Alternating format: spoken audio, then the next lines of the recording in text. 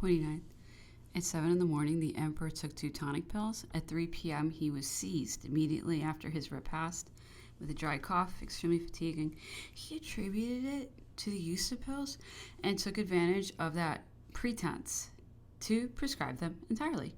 Continual state of somnolence. The patient remained in bed, rose, and went out in the clash for an hour.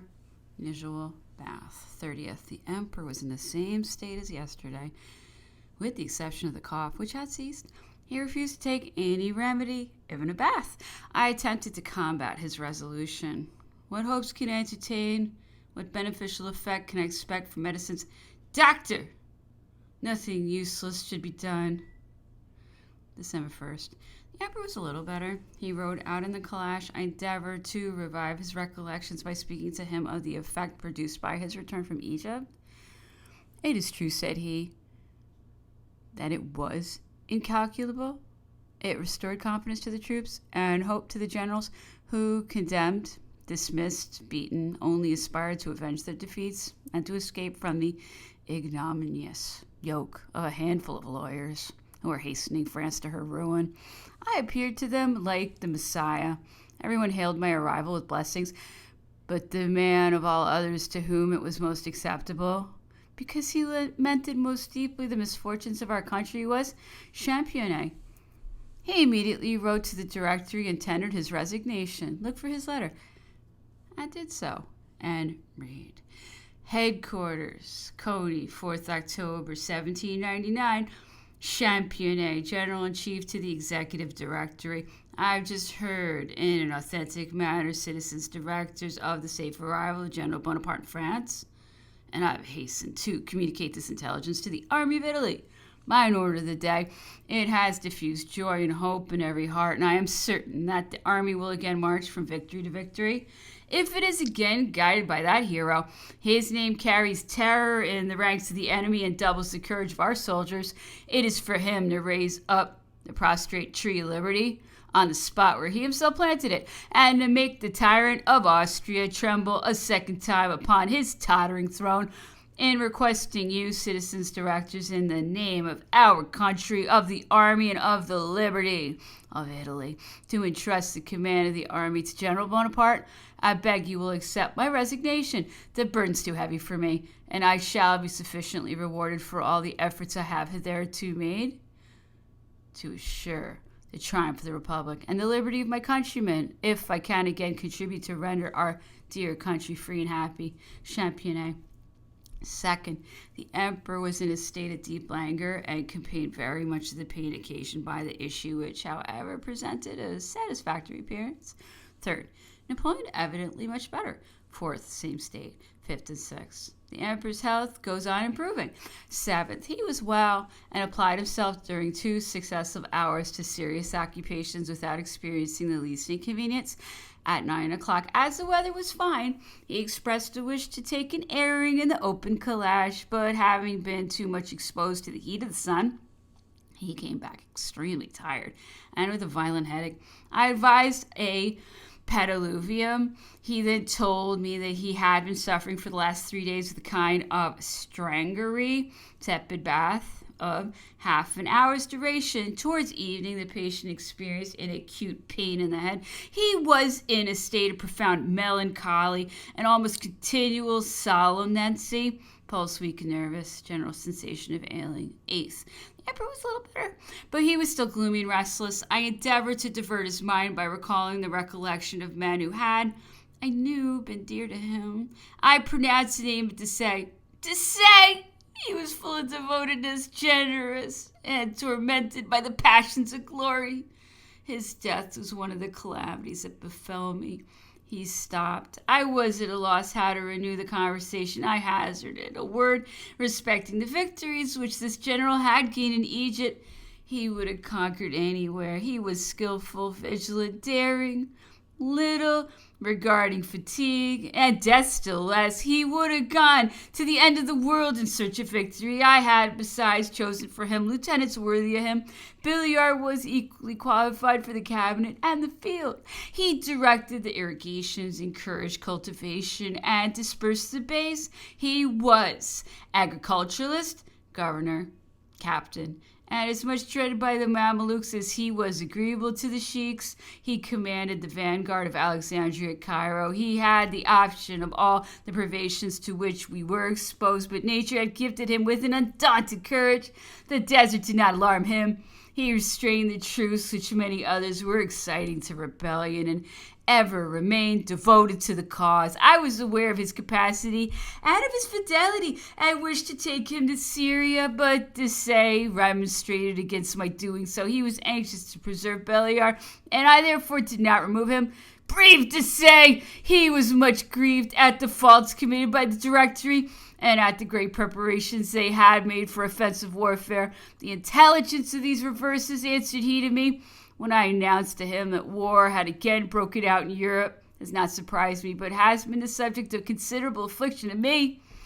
It is easy to see that you are no longer in that Italy where you have had such brilliant success, but you will return there. You will render the nation illustrious, whilst we are dragging on a miserable existence in the midst of the Arabs. Who will know the greatness of your ideas? Who will appreciate your generous intentions? That war of Germany is a horrible thing. I am quite enraged at not being there. Think of us, of our situation, our passion for glory, but first of all, save France. I was not sorry to have his approbation, and I set out. You know the result. 15th. The emperor went out in the clash, but returned extremely tired and suffered with nervous agitation. He could not enjoy a single moment of tranquility, but after having taken a calming draught, he found himself better during the remainder of the day. 16th. Napoleon had passed a night of excessive agitation and was still laboring under extreme depression of spirits. At about 3 o'clock, he took a tepid bath, in which he remained until 4. He was weak and dejected. He attempted to walk about the drawing room, but his legs bent under his weight, and he was obliged to sit down. "They are exhausted," said he, with an expression of sorrow. "See," he was feeling them, "there's nothing left. Mere skeletons."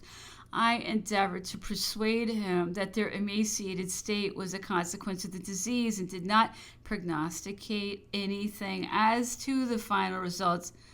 "No, doctor, everything must have a term. I am fast approaching mine. I do not regret it, for I have indeed no reason to be attached to life." 17th. The emperor had again experienced violent agitations during the night, headache and pain in the abdomen. Gloomy and peevish mood, the state of languor less apparent than on preceding days. 18th. Alternation of improvement and relapse were continual until the 28th. 25th. Extreme prostration of strength. The emperor passed a bad night, one of great agitation. He complained of an acute pain which extended from the right hypochondriac to the epigastric region. The abdomen was hard and swelled. Head heavy and painful, pulse low and nervous. I had long begged of Napoleon to allow his teeth to be clean, and he at last agreed. They were so loaded with tartar, this substance had so insinuated itself between the teeth, the gums, and the sockets that the former were almost entirely detached. The 4 inferior incisors were entirely isolated and no longer held. 26th. The emperor had passed a better night, but he persisted in remaining 2 hours in the bath and found himself rather incommoded from it. He perused with great avidity the newspapers which had arrived from Europe, and in them he read of the death of his sister, Princess Eliza. This intelligence threw him into a state of stupor. He was in his armchair, his head hanging down on his breast, motionless like one a prey to violent grief. Deep sighs escaped at intervals from his breast. He raised his eyes, cast them down again, fixing them alternately upon me and the ground, and looked fixedly at me without uttering a single word. At last he extended his arms towards me, and I felt his pulse. It was weak and irregular. I wished him to take a little orange flower water, but he did not seem to have heard me. I entreated him to go out and breathe the open air in the garden.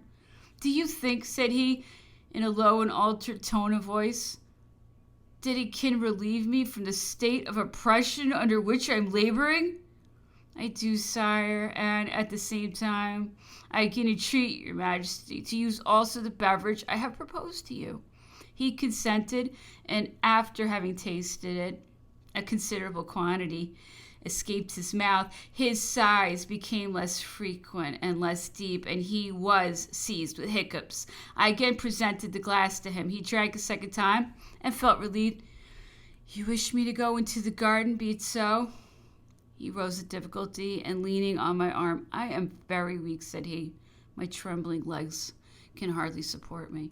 The weather was beautiful. We went as far as the summer house, and he attempted to walk a few paces, but his strength failed, and he was obliged to sit down upon a bench which was near us. Ah, doctor, tired I am. I must, however, own that the oppression is considerably diminished. The orange flower water which you have given me has detached that superabundance of gas which fatigued me, and I feel that the pure air I breathe does me good.